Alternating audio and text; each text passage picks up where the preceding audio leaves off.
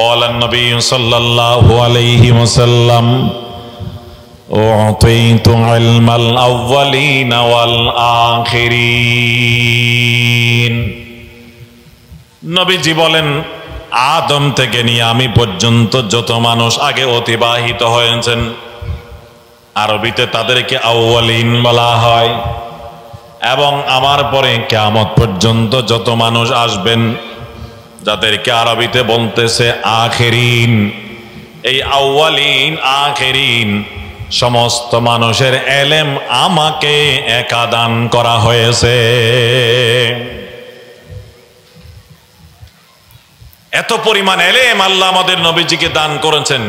তো ইলমের কারণে ইলম বড় গুণ, মানুষকে ভালোবাসে, নবীজিকে এই জন্য বেশি ভালোবাসতে হবে। ইলমের কেন্দ্র হলো, মারকাজ হলো কোরআন, রাসূল উলুম হলো কোরআন। ইলমের এক নম্বর প্রধান উৎস হলো কোরআন। এই কোরআন আল্লাহ দান করেছেন আমাদের নবীজিকে। আল্লাহ পাক রব্বুল আলামিন এই কোরআন নাযিল করেছেন আমাদের নবীজির উপর। ইয়াসিন ওয়াল কোরআনিল হাকীম ইন্নাকা লামিনাল মুরসালিন। কোরআন আল্লাহ নাযিল করেছেন আমাদের নবীজির উপর। আলহামদুলিল্লাহিল্লাযী নাজ্জালাল ফুরকানা আলা আবদিহি। আল্লাহ পাক কোরআন নাযিল করেছেন তার প্রিয় বান্দা, তার হাবিব, তার শ্রেষ্ঠ নবী মুহাম্মদুর রাসূল সাল্লাল্লাহু আলাইহি ওয়াসাল্লামের উপর। আল্লাহ পাক রব্বুল আলামিন তাকে এমন এমন গুণাবলী দান করেছেন, এমন এমন তাকে বৈশিষ্ট্যগুলো আল্লাহ পাক দান করেছেন, শ্রেষ্ঠত্ব দান করেছেন যেগুলো অন্য কোন নবীকে রাসূলকে দান করা হয় নাই। আমাদের নবীজিকে আল্লাহ পাক রব্বুল আলামিন সাহিবুল মেরাজ বানিয়েছেন। আরশ আজিমের মধ্যে দাওয়াত দিয়ে তাকে নিয়ে গেছেন। আর কোন নবীর এরকম আসমানি জগতের মধ্যে ভ্রমণ করে আরশ আজিম পর্যন্ত কারো যাওয়ার সুযোগ হয় নাই। একমাত্র আমাদের নবীজিকে আল্লাহ আরশ আজিমের মেহমান বানিয়েছেন। সুবহানাল্লাহ। দাআহু রাব্বুনা ওয়াল আরশি লাইলান ওয়া তাহাতু মাকামু জিবরিলাল আমিনি আকে আমদ নো ফলক মেরাজেও আম্বিয়াও আউলিয়া মুহতাজেও আম্বিয়াও আউলিয়া মুহতাজেও। আমাদের নবী হলেন সাহিবুল মেরাজ, আমাদের নবী হলেন সাহিবুল কোরআন। এইগুলো তার বৈশিষ্ট্য, এইগুলো তার শ্রেষ্ঠত্ব। এইরকম রাসূল করিম সাল্লাল্লাহু আলাইহি ওয়াসাল্লামের ফজাইলের এবং তার শ্রেষ্ঠত্বের বর্ণনা দিতে থাকলে রাত দিন শেষ হয়ে যাবে, এইগুলো বর্ণনা দিয়ে শেষ করা যাবে না। হাদিসের মধ্যে যাই, যে হাদিসটা পড়েছে আমি, ওখানে শুধুমাত্র ৬টি রাসূলের শ্রেষ্ঠত্বের কথা রাসূল নিজে উল্লেখ করেন। قال النبي صلى الله عليه وسلم فضلت على الأنبياء ب60। নবীজি বলেন সব নবী রাসূলের উপর আমাকে ৬টি জিনিসের মাধ্যমে শ্রেষ্ঠত্ব দান করা হয়েছে। এক নাম্বার উতিতু জাওয়ামিআল কালিম। এক নাম্বার হলো উতিতু জাওয়ামিআল কালিম, আমাকে কালামে জামে প্রদান করা হয়েছে। আরবিতে কালামে জামে বলে এমন কথাকে, এমন বাণীকে যেখানে শব্দ হবে কম, শব্দ হবে অল্প, কিন্তু অর্থ হবে বেশি। 2 শব্দের ভিতরে 3 শব্দের ভিতরে পুরা দুনিয়াকে ঢুকাই দিয়েছেন রাসূল করিম সাল্লাল্লাহু আলাইহি ওয়াসাল্লাম।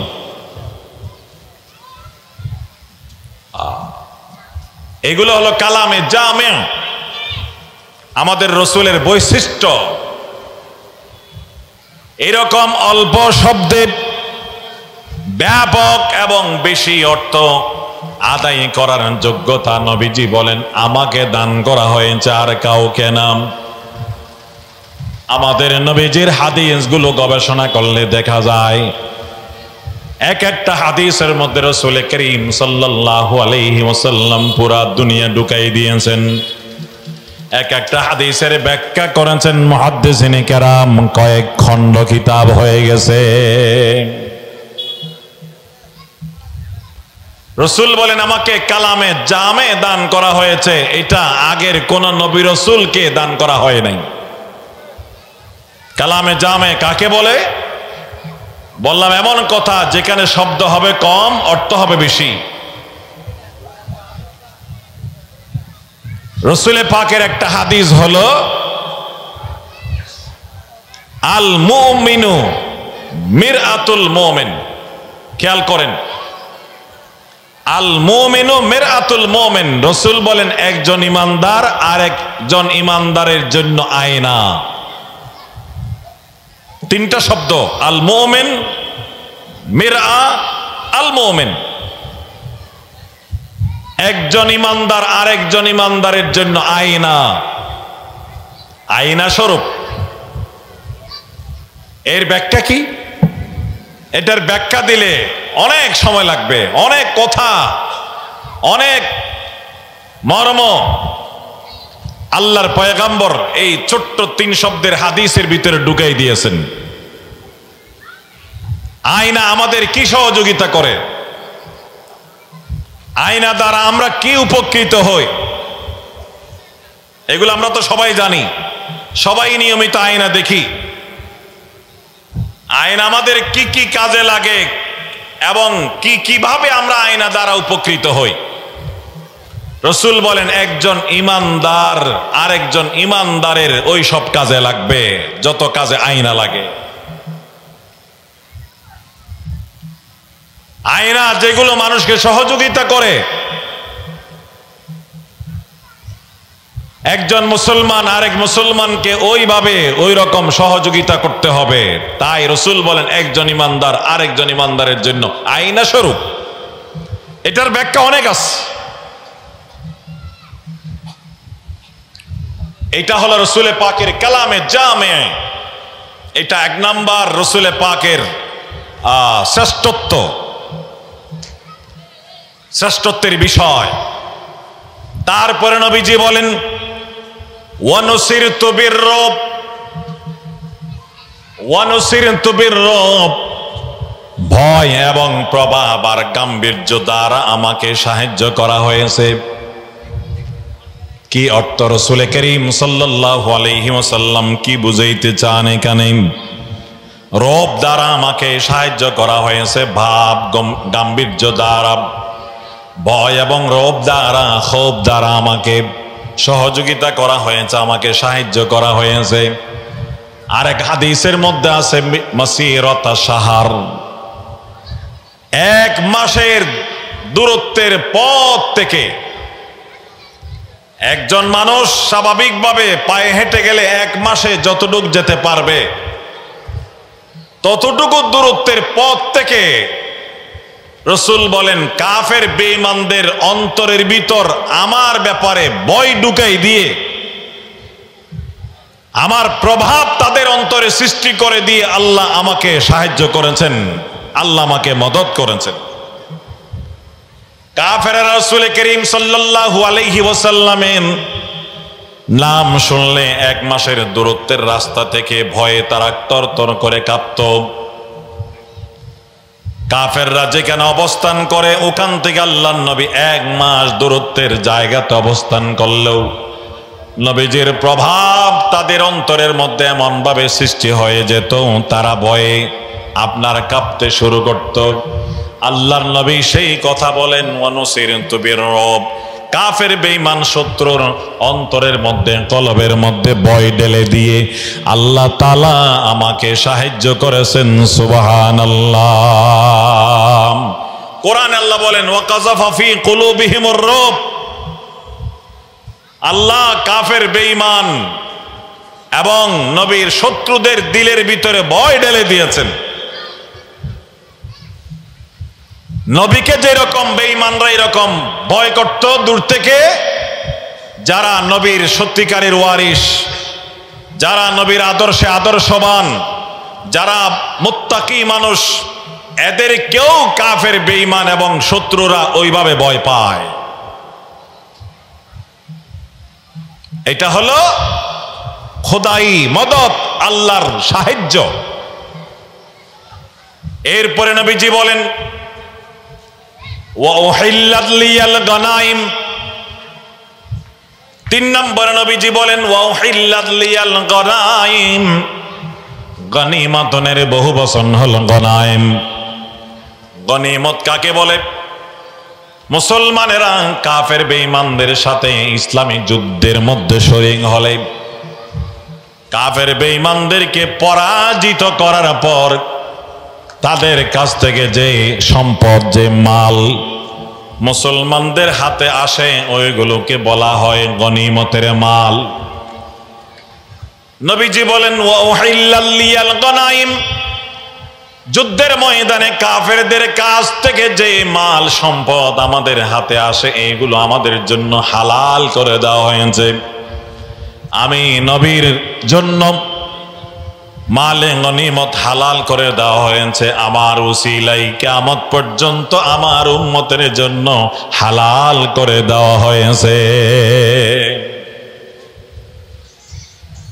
ইসলামী যুদ্ধ, ইসলামী জিহাদ সর্বযুগে ছিল, সব নবীর শরীয়তে ছিল। মুসা আলাইহিস সালামের যুগে ছিল। কোরআন শরীফে আমরা এগুলো পাই। তারাও কাফেরদের সাথে যুদ্ধ করে মালে গনিমত অর্জন করত, কিন্তু এই মালে গনিমত তাদের জন্য হালাল ছিল না। যুদ্ধ করে মালে গনিমত যা পাবে যুদ্ধের ময়দানে রেখে চলে আসবে। আল্লাহ পাক রব্বুল আলামিনের পক্ষ থেকে আগুন এসে ওইগুলোকে খেয়ে ফেলবে, তখন বোঝা যাবে তাদের জিহাদ আল্লাহর দরবারে কবুল হয়েছে। যেমনটা কোরবানির ব্যাপারে নিয়ম ছিল, আগের সমস্ত শরীয়তের মধ্যে কোরবানি ছিল, সমস্ত উম্মতের মাঝে কোরবানি ছিল, কিন্তু কোরবানি যে জানোয়ার দেবে ওই জানোয়ারের গোশত তাদের জন্য হালাল ছিল না। কোরবানি দিয়ে জানোয়ার মাঠের মধ্যে রেখে তারা চলে আসবে। কোরবানি যদি আল্লাহর দরবারে কবুল হয়, আসমান থেকে আল্লাহ আগুন পাঠাবেন, আগুন এসে ওই কোরবানির জানোয়ারের গোশত খেয়ে ফেলবে। আর যদি আল্লাহর দরবারে কোরবানি কবুল না হয়, গোশতগুলো এমনি জমিনে পড়ে থাকবে, আগুন এসে খাবে না। তখন কার কোরবানি কবুল হয়, কার কোরবানি কবুল হয় না, এইগুলো দেখার জন্য একটা বাহ্যিক আলামত ছিল। আকলিমাকে বিয়ে করার জন্য কাবিল হাবিলের যখন দ্বন্দ্ব শুরু হয়, বিধান মতে, আইন মতে তাকে তো বিয়ে করতে পারবে হাবিল, কাবিল পারবে না, তার জন্য হালাল নয়। কিন্তু কাবিল বলে আমি বিয়ে করব। আদম আলাইহিস সালাম বুঝালেন, তারপরেও বুঝে না। আদম আলাইহিস সালাম তাদেরকে সান্ত্বনা দেওয়ার জন্য, কাবিলকে ভালোভাবে সান্ত্বনা দেওয়ার জন্য, তার বুঝে আসার জন্য পরামর্শ দিলেন, দুজন আল্লাহর নামে কোরবানি করো। যার কোরবানি আল্লাহ কবুল করবে না আকলিমাকে, সে বিয়ে করতে পারবে। আর যার কোরবানি কবুল করবেন না আল্লাহ, সে আকলিমাকে বিয়ে করতে পারবে না। দুজন কোরবানি দিল। হাবিলের কোরবানি আল্লাহ কবুল করে নিলেন, কাবিলের কোরবানি আল্লাহ কবুল করলেন না। প্রমাণিত হয়ে গেল আকলিমাকে বিয়ে করতে পারবে একমাত্র হাবিল, কাবিল নয়। কিন্তু এরপরেও কাবিলের বুঝে আসে নাই, তার আরো রাগ গোসা বেড়ে গেল। সে হাবিলকে বলে যে আমি তোরে কতল করব, তোর কারণে আমার কোরবানি কবুল হয় নাই, তোর কারণে আমি আকলিমাকে বিয়ে করতে পারছিলাম, সুতরাং তোকে আমি হত্যা করব, তোর কারণে আমার কোরবানিও কবুল হলো না। কাবিল জবাব দিলেন, এখানে কোরবানি আল্লাহর দরবারে কবুল হওয়া না হওয়ার ব্যাপারে আমার কি দোষ, এখানে আমার কি ভূমিকা? আল্লাহ তো কোরআনে বলে দিয়েছেন, ইন্নামা ইয়াতাকাব্বালুল্লাহু মিনাল মুত্তাকিন, যারা তাকওয়াবান মুত্তাকি আল্লাহ তাদের কাছ থেকে আমলকে কবুল করেন। আমি তাকওয়াবান মুত্তাকি জন্য আমারটা আল্লাহ কবুল করেছেন, তুমি মুত্তাকি নয়, তাকওয়াবান নয়, এই কারণে তোমারটা কবুল হয় নাই। তোমার কোরবানি আল্লাহর দরবারে কবুল হোক, এটা যদি তুমি চাও তাহলে তুমিও মুত্তাকি হয়ে যাও। ইন্নামা ইয়াতাকাব্বালুল্লাহু মিনাল মুত্তাকিন।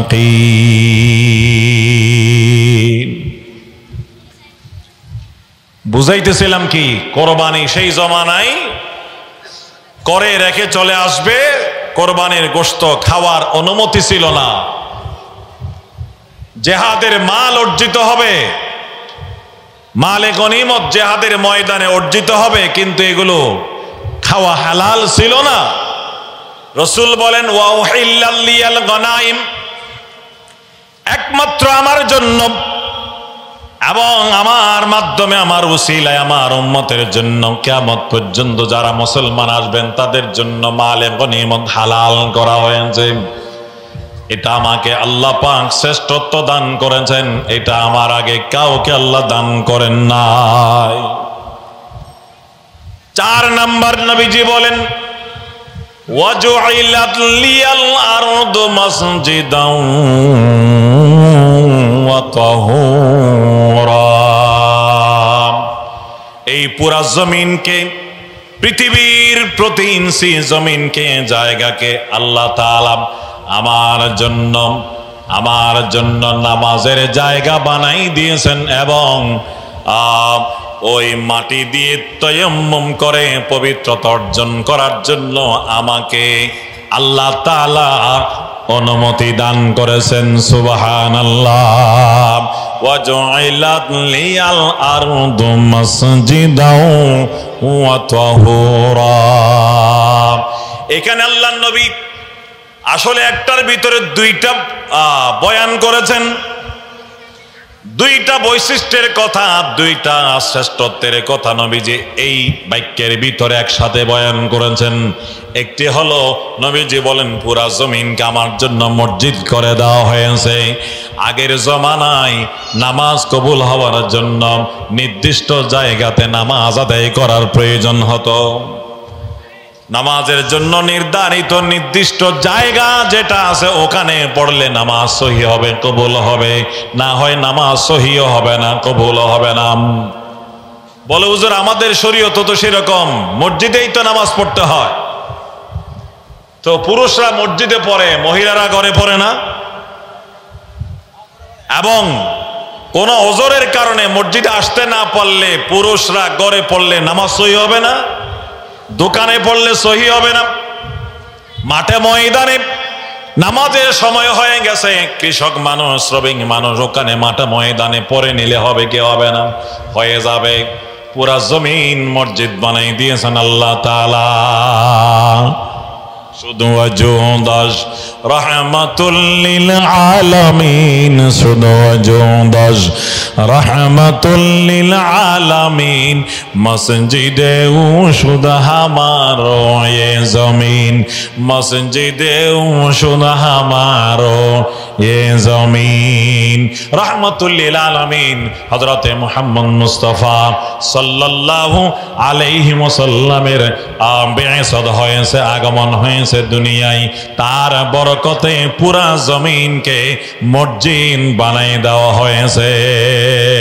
শুধু ওয়াজুদাস রাহমাতুল লিল আলামিন, মসজিদে শুধু হামারো ये জমিন।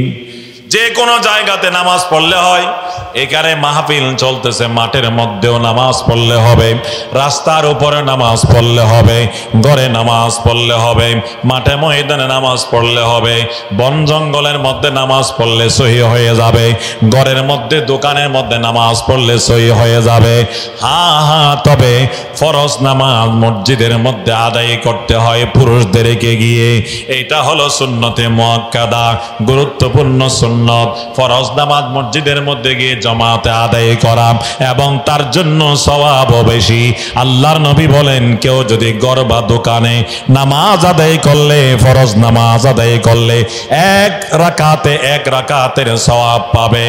আর মসজিদের মধ্যে গিয়ে যদি ফরজ নামাজ জামাতে আদায় করে এক রাকাতে 27 রাকাত নামাজের সওয়াব পেয়ে যাবে।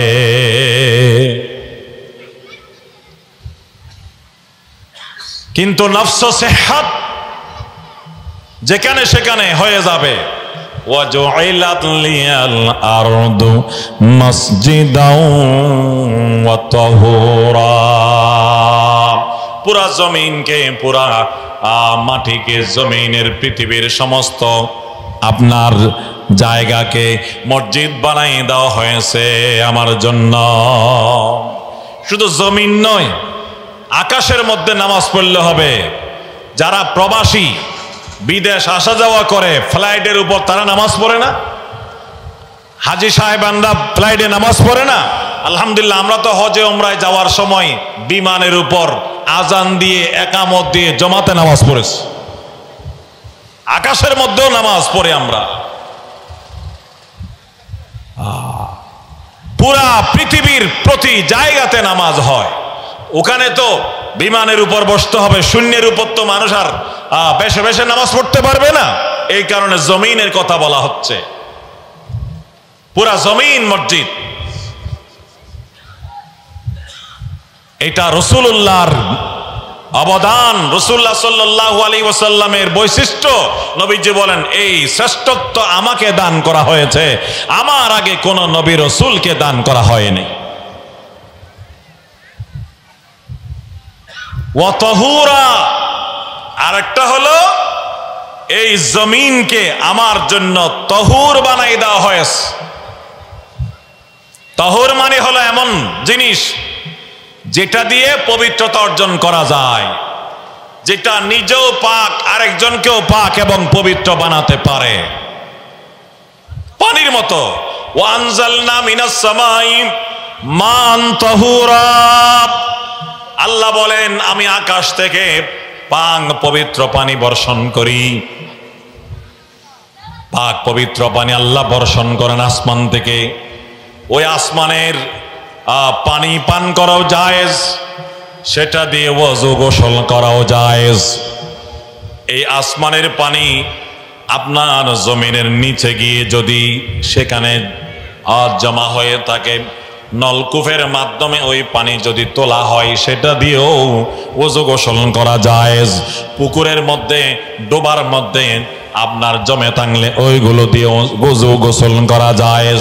নদী এবং খাল, সাগর, আপনার নদীর মধ্যে, সাগরের মধ্যে জমা থাকলে সেইগুলো দ্বারা ওযু গোসল করা জায়েজ। কারণ এই পানি আসমান থেকে আল্লাহ নাযিল করেছেন। পানি যদি বেশি হয় তাহলে ওখানে কোনো নাপাকি পড়লেও সমস্যা হয় না, ওযু গোসল করা যায়। হ্যাঁ, পানি যদি কম হয়, এমন হাউস বিভিন্ন জায়গাতে মসজিদে হাউস আছে যেটা এইদিকে 10 হাত, এইদিকে 10 হাত, এইদিকে 10 হাত, এইদিকে 10 হাত, কমসে কম হাউস যেগুলো মসজিদে তৈরি করা হবে এরকম হতে হবে, দা আশরুন ফি আশরিন হতে হবে। এর চেয়ে যদি ছোট হয়, ওখানে নাপাক পড়লে পানি নাপাক হয়ে যাবে। আর যদি 10 হাত বাই 10 হাত হয় বা তার চেয়ে আরো বড় হয়, তাহলে ওখানে নাপাক পড়লেও সমস্যা নাই, ওইটা দিয়ে ওযু গোসল করা যাবে। যেমন মায়ে জারি চলমান পানি দিয়ে ওযু গোসল করা জায়েজ, কারণ ওখানে নাপাক স্থির থাকে না। পানি যেমন ওযু গোসল করার জন্য আল্লাহ নাযিল করেছেন, তদ্রুপ আল্লাহ তাআলা বলেন পানির বিকল্প হিসাবে এই মাটিকেও আমি তহুর বানাই দিলাম। যেখানে মাটি নাই, পাক মাটি নাই, সেখানে পানি পানি যখন পাবো পানি দিয়ে উযু করবো, এটা হলো আসল। গোসল করব, গোসল ফরজ হয়ে থাকলে পানি দিয়ে গোসল করব, ওযুর প্রয়োজন হলে পানি দিয়ে ওযু করব। আর যদি এমন জায়গাতে আমি যাই, মরুভূমি এলাকা, পাহাড়ি এলাকা, গ্রাম এলাকা, যেখানে কোথাও পানি নাই, কোথাও পানি দেখা যাচ্ছে না, স্থানীয় মানুষজনকে জিজ্ঞেস করলাম ভাই পানি কোথায়? বলে সামনে 1 মাইল পরে পানি। সামনে 1 মাইলের ভিতরে পানি নাই, পিছনে 1 মাইলের ভিতরে পানি নাই, ডানে 1 মাইলের ভিতরে পানি নাই, বামে 1 মাইলের ভিতরে পানি নাই। এখন তাহলে কি করব? নামাজের টাইম হয়েছে, কি করব? আল্লাহ তাআলা বলেন টেনশন করার দরকার নাই, পানির বিকল্প হিসেবে আমি দিলাম মাটি। মাটি দিয়ে তায়াম্মুম করে তুমি সময় মতে নামাজ আদায় করে নাও। এটা হলো ওয়া তাহুরা। নবীজি বলেন আমার একটি শ্রেষ্ঠত্ব হলো আল্লাহ তাআলা এই জমিনকে, মাটিকে আমার জন্য তহুর বানাই দিয়েছেন। এই মাটি দিয়ে আমি নিয়ত করে তায়াম্মুম করলে আমি পাক পবিত্র হয়ে যাই, আমার উম্মত পাক পবিত্র হয়ে যাবে। সে ওযু গোসলের জায়গাতে তায়াম্মুম করে নামাজ আদায় করতে পারবে। সুবহানাল্লাহ। এই বিধান আল্লাহ তাআলা আমাদের নবীজির উসিলে আমাদেরকে দান করেছেন। আগের কোন শরীয়তের মধ্যে কোন নবীর উম্মতের জন্য মাটি দিয়ে তায়াম্মুম করার বিধান ছিল না। যেখানে পানি আছে ওখান থেকে পানি এনে ওই পানি দিয়ে ওযু গোসল করে নামাজ আদায় করতে হতো, তাদেরকে কঠিন বিধান। হয়তো এমন কোন জায়গা থাকবে যেখানে কোথাও পানি নাই, পানির জন্য মাইলের পর মাইল হেঁটে যেতে হবে, তারপরে ওযু গোসল করে নামাজ আদায় করতে হবে।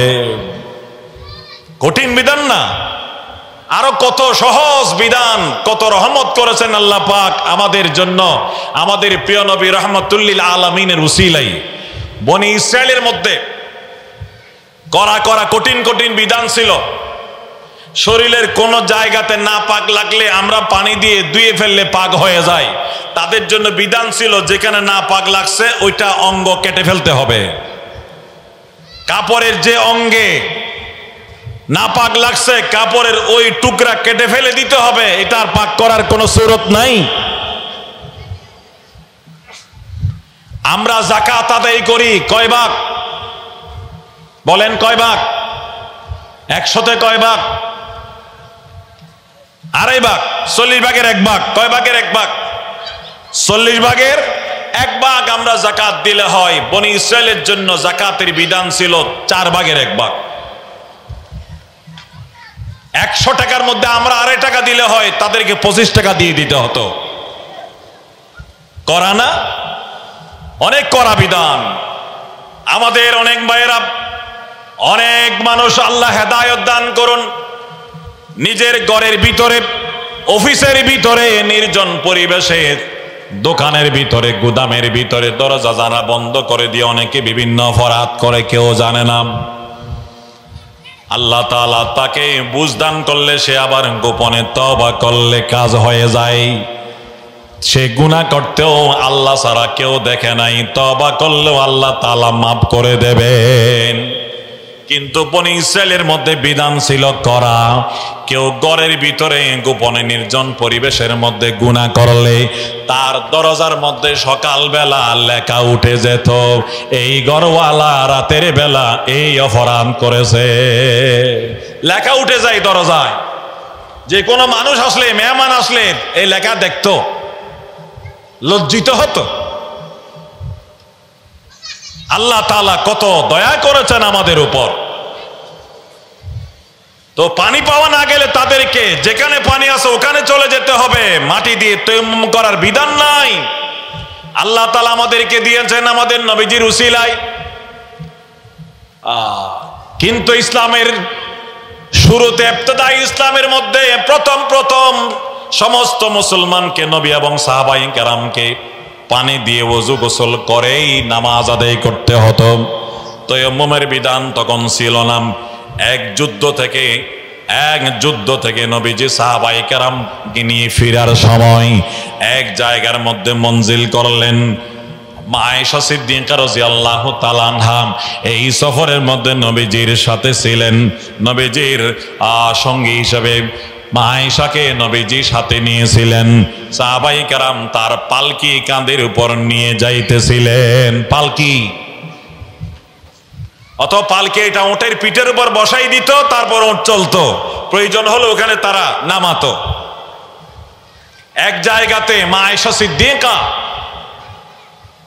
পালকি থেকে বের হয়ে হাজত সারতে গেলেন, ওখানে তার গলার হার পড়ে গেছে। তিনি খেয়াল করেন নাই। এরপর রওনা দিলেন। অনেক দূর আসার পর মা আয়েশা সিদ্দিকা গলায় দেখতেছে হার নাই। রাসূলুল্লাহকে জানালেন, ইয়া রাসূলুল্লাহ, আমার হার মনে হয় যেখানে আমরা মঞ্জিল করেছিলাম, বিরতি দিয়েছিলাম, ওখানে মনে হয় আমার হার পড়ে গেছে, আমার গলায় তো হার নাই। সাহাবায়ে কেরামের উদ্দেশ্যে রাসূল ঘোষণা দিলেন, সবাই দাঁড়াও। অপরিকল্পিত এক জায়গাতে দাঁড়াতে হয়েছে। পরিকল্পিতভাবে যদি কোথাও দাঁড়াতো তাহলে পানি আছে কিনা দেখে শুনে, জায়গা উচিত মুনাসিব কিনা, উপযুক্ত কিনা, এটা দেখে শুনে ভেবে চিন্তে ওখানে বিরতি দেওয়া হয়। এটা যেহেতু হঠাৎ অতর্কিতভাবে অপরিকল্পিত দাঁড়াতে হয়েছে, হার হারিয়ে যাওয়ার কারণে এমন জায়গাতে দাঁড়ালেন রাসূল করিম সাল্লাল্লাহু আলাইহি ওয়াসাল্লাম সাহাবায়ে কেরামকে নিয়ে, যেখানে কোথাও পানি নাই। এরপরে রাসূল লোক পাঠালেন, যাও ওখান থেকে তোমরা ঘুরে আসো, ওই জায়গাতে আয়েশার হার পড়ে গেছে, তোমরা পাও কিনা দেখো। সাহাবায়ে কেরাম গেলেন, হার পাওয়া গেল, নিয়ে আসলেন। এখন তারা গেলেন আসলেন, অনেক সময় এর মধ্যে নামাজের টাইম হয়ে গেছে। ফজর বেলা নামাজের টাইম হয়ে গেল, রাতের শেষের দিকের ঘটনা। এখন সাহাবায়ে কেরামের কাছে পানি নাই, অল্প অল্প পানি ব্যাগের মধ্যে ছিল, এইগুলো অনেকে পান করে ফেলেছে। কারো পান করার জন্য অল্প বোতলে পানি আছে, পান করার জন্য যে পানিগুলো দরকার ওইগুলো রাখতে হবে। এইগুলো থেকে অতিরিক্ত থাকলে ওযু করার মাসালাম, পান করার যে পানি জরুরি পানি, ওইগুলো দিয়ে ওযু করলে পান করবে কেমনে, তাই এইগুলো ব্যবহার করা যাবে না। এইগুলো রেখে দিয়েছেন, রেখে দিতে হয়, মাসালাও সেরকম। সাহাবায়ে কেরাম আল্লাহ রাসূলকে এসে বলেন, ইয়া রাসূলুল্লাহ, কোথাও তো কারো কাছে পানি নাই, আশপাশে আমরা ঘুরে ফিরে দেখলাম কোথাও পানি নাই, নামাজের টাইম হয়েছে, একটু পর তো সূর্য উঠে যাবে, ফজরের নামাজ দেরি হয়ে যাবে, ইয়া রাসূলুল্লাহ, আমরা কেমনে নামাজ আদায় করব? রাসূল করিম সাল্লাল্লাহু আলাইহি ওয়াসাল্লাম টেনশনে পড়ে গেলেন। সাহাবায়ে কেরামরা এসে আবু বকর সিদ্দিককে বলতেছেন, আবু বকর, আপনার মেয়ে আয়েশার ভুলের কারণে আজকে আমাদের সবার নামাজের সমস্যা হয়ে যাবে। অনেকের কাছে পানি নাই, এখানে কোথাও পানি নাই, কেমনে নামাজ আদায় করব আমরা? আবু বকর সিদ্দিককে এসে তারা বলতেছে, আপনার মেয়ের কারণে, আপনার মেয়ের ভুলের কারণে আমাদের সবার নামাজের সমস্যা হবে। আবু বকর সিদ্দিক গিয়ে আয়েশা সিদ্দিকাকে মারতে শুরু করল। তোমরা মহিলারা সব সময় বোকামি করো, তোমার হার ওখানে পড়ে গেছে, তোমার কেন খেয়াল ছিল না? তোমার এই ভুলের কারণে আজকে আমাদের সকলের নামাজের সমস্যা হবে। রাসূল করিম সাল্লাল্লাহু আলাইহি ওয়াসাল্লাম শুয়ে আছেন মা আয়েশা সিদ্দিকার রানের উপর মাথা রেখে। এইদিকে এসে আবু বকর সিদ্দিক আয়েশা সিদ্দিকাকে এই পাশে মারতে শুরু করছে, তারপর মারতেছে, তোর ভুলের কারণে আজকে আমাদের সবার নামাজের সমস্যা হবে। আল্লাহ পাক রব্বুল আলামিন দেখে রইলেন। একটু পরে আল্লাহ পাক জিবরাইলকে পাঠাই দিলেন আমাদের নবীজির খেদমতে। কোরআন মজিদের আয়াত নিয়ে আল্লাহ তাআলার পাঠাই দিলেন জিবরাইলকে। লম্বা আয়াত, আয়াতের শেষ অংশ হল আল্লাহ বলেন, ফাইল্লাম তাজিদু মান ফাতায়াম্মামু সাঈদান তাইয়্যিবা। হে আমার নবী, হে আমার নবীর সাহাবারা, এখানে তোমরা যেখানে অবস্থান করেছ অতর্কিত পানি নাই, এই জন্য টেনশন করার প্রয়োজন নাই। পানি যদি তোমরা না পাও সমস্যা নাই, তোমাদের পায়ের নিচে মাটি তো আছে, এই মাটি দিয়ে তোমরা তায়াম্মুম করে নামাজ আদায় করে নাও। ফাইল্লাম তাজিদু মান ফাতায়াম্মামু সাঈদান তাইয়্যিবা। পাক মাটি, পাক মাটি, যে মাটিতে কোনো নাপাকি লাগে নাই এরকম পাক মাটি লাগবে। যেখানে গরু মানুষ বাচ্চারা পেশাব পায়খানা করেন এরকম পাক মাটি লাগবে তায়াম্মুম করার জন্য। তবে নামাজের জন্য এত লাগে না। পেশাব করলেও গরু ছাগল বা বাচ্চারা মাটির গড়ে মাটির উপরে যদি রোদের কারণে বাতাসের কারণে এটা পরিপূর্ণ শুকাই যায় তার উপর নামাজ পড়া যাবে। জাকাতুল আরদ ইউবসুহা, রাসূল বলেন জমিন যদি শুকাই যায় পাক হয়ে যায় একেবারে তার উপর জায়নামাজ সারা নামাজ পড়া যাবে। জায়নামাজ দিয়ে নামাজ পড়ি তো আমরা এই জমানায়, রাসূলের জমানায় কি জায়নামাজ ছিল? রাসূল সাহাবায়ে কেরাম তো মাটির উপরে নামাজ পড়তেন, বালুর উপরে নামাজ পড়তেন, শুকায় গেলে পাক। তবে তায়াম্মুমের জন্য এমন মাটি বেছে নিতে হবে যেটাতে কোনো নাপাক লাগে নাই। ফাতায়াম্মামু সাঈদান তাইয়্যিবা। আল্লাহ বলেন তোমরা যদি পানি না পাও অথবা পানি আছে, পানি আছে ঘরে, পানি আছে পুকুরে, পানি আছে সবার কাছে পানি আছে, আপনি অসুস্থ, চোখের অপারেশন করেছেন বা অন্য কোন রোগ, অভিজ্ঞ মুসলমান ডাক্তার আপনাকে বলেছেন আপনি 2-3 দিন পর্যন্ত পানি স্পর্শ করতে পারবেন না, পানি ধরলে আপনার সমস্যা হবে। এটাও পানি না পাওয়ার মতো, পানি নাই অথবা আছে কিন্তু আপনি ব্যবহার করতে পারছেন না। উভয় অবস্থার মধ্যে আপনি মাটি দিয়ে তায়াম্মুম করে নামাজ আদায় করে নেবেন। ওযুর জন্য যেমন তায়াম্মুম করা যায়, গোসলের জন্য তায়াম্মুম করে। কারো গোসল ফরজ হয়েছে, পানি নাই, সেও তায়াম্মুম করলে কি হয়ে যাবে? পাক হয়ে যাবে। বলে তায়াম্মুম কেমনে করব? তায়াম্মুম হলো মনে মনে নিয়তটা করতে হবে।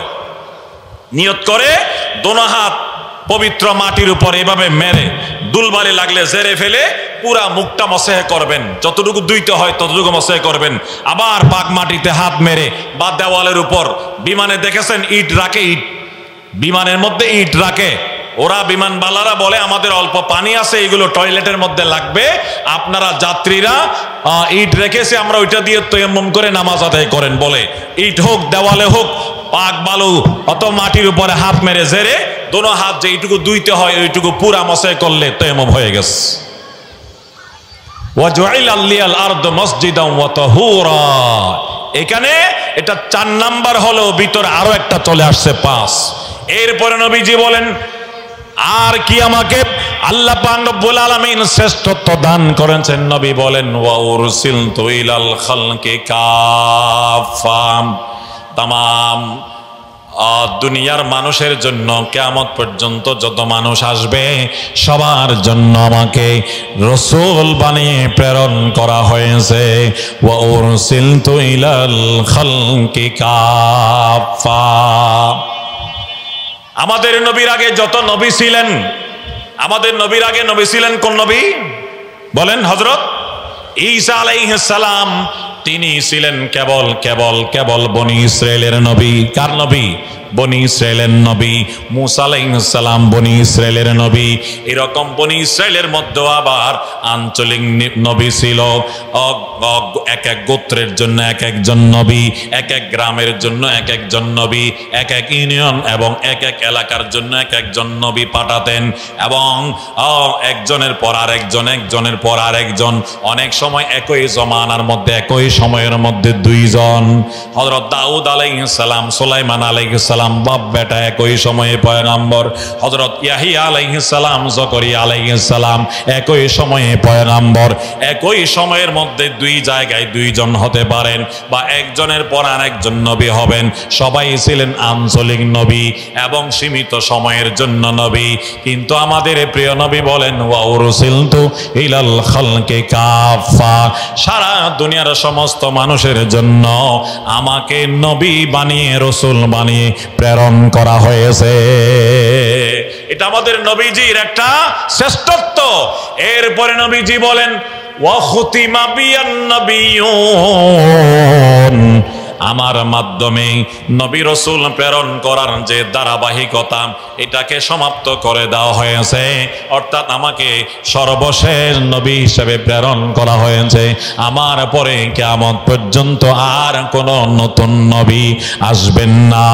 আল্লাহ বলেন, মা কানা মুহাম্মাদুন আবা আহাদিম মির রিজালিকুম ওয়ালাকিন রাসূলুল্লাহি ওয়া খাতামান নবিয়্যিন, ওয়ালাকিন রাসূলুল্লাহি ওয়া খাতামান নবিয়্যিন। আমাদের নবী খাতামুন নবিয়্যিন, সর্বশেষ নবী, সর্বশেষ নবী। খাতামুন নবিয়্যিনের একটাই অর্থ সর্বশেষ নবী, এখানে অন্য কোনো অর্থ নাই। কেন? নবী নিজেই তার অর্থ করে দিয়েছেন, আনা খাতামুন নবিয়্যিন লা নবিয়্যা বাদি, আমি শেষ নবী, আমার পরে আর কোনো নবী আসবেন না, নতুন কোন নবী আসবেন না। ঈসা আলাইহিস সালাম যিনি আসবেন আসমান থেকে জমিনে, উনি তো পুরাতন নবী, নতুন কোন নবী আসবেন না। এটাই আমরা মুসলমানদের আকীদা। আমাদের নবীর পরে কেউ যদি নিজেকে নবী দাবি করে, কেউ যদি তাকে বিশ্বাস করে, ওই দাবিদার নবীও কাফের, তার উম্মতেরাও কাফের। এই কারণে কাদিয়ানী সম্প্রদায় যারা মির্জা গোলাম আহমদ কাদিয়ানীকে নবী মানে, মির্জা গোলাম আহমদ কাদিয়ানীও কাফের, এবং তার অনুসারী যারা আহমদিয়া মুসলিম জামাত তারা নিজেদেরকে বলে কাদিয়ানী সম্প্রদায়, তারাও কাফের। কি কারণে?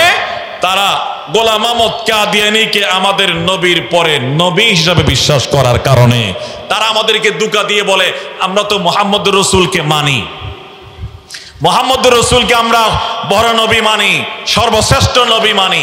শুধু এইটুকু মানলে হবে না, সর্বশেষ নবীও মানতে হবে। এরপরে আর ছোট বড় কোন নবী আসতে পারে না। রাসূল বলেন, লাউ কানা বাদি নবিয়্যুন লাকানা ওমর, আমার পরে নবী হলে ওমর নবী হতো। ওমর তো নবী হয় নাই, ওমর হয়েছেন খলিফা। বুঝে গেল আর নবী আসার পথ খোলা নাই। এইগুলো আমাদের নবীজির বৈশিষ্ট্য। আল্লাহর নবী বলেন, এইগুলো আমাকে আল্লাহ পাক শ্রেষ্ঠতা দান করেছেন, শ্রেষ্ঠত্ব, তিনি সর্বশ্রেষ্ঠ নবী, তার এইগুলো প্রমাণ, এবং আমরা হলাম তার সর্বশ্রেষ্ঠ উম্মত। আল্লাহ পাক রব্বুল আলামিন এই নিয়ামতের কদর করার, মূল্যায়ন করার আমাদেরকে তৌফিক দান করুন, আমিন। ওয়া আখিরু দাওয়ানা আনিল হামদুলিল্লাহি রাব্বিল আলামিন ওয়া সাল্লাল্লাহু তাআলা আলা খায়রি খালকিহি মুহাম্মদ ওয়া আলিহি ওয়া আসহাবিহি আজমাইন। আমাদের আপনাদের সকলের পরিচিত জন ডক্টর আল্লামা মাওলানা আফমা খালেদ হোসেন সাহেব দামাত বরকাতুমুল আলিয়া, তিনি এখানে মাগরিবের নামাজ পড়ে আদায় করেছেন। তিনি এতক্ষণ রেস্টে ছিলেন, এখন তিনি মঞ্চে আসবেন।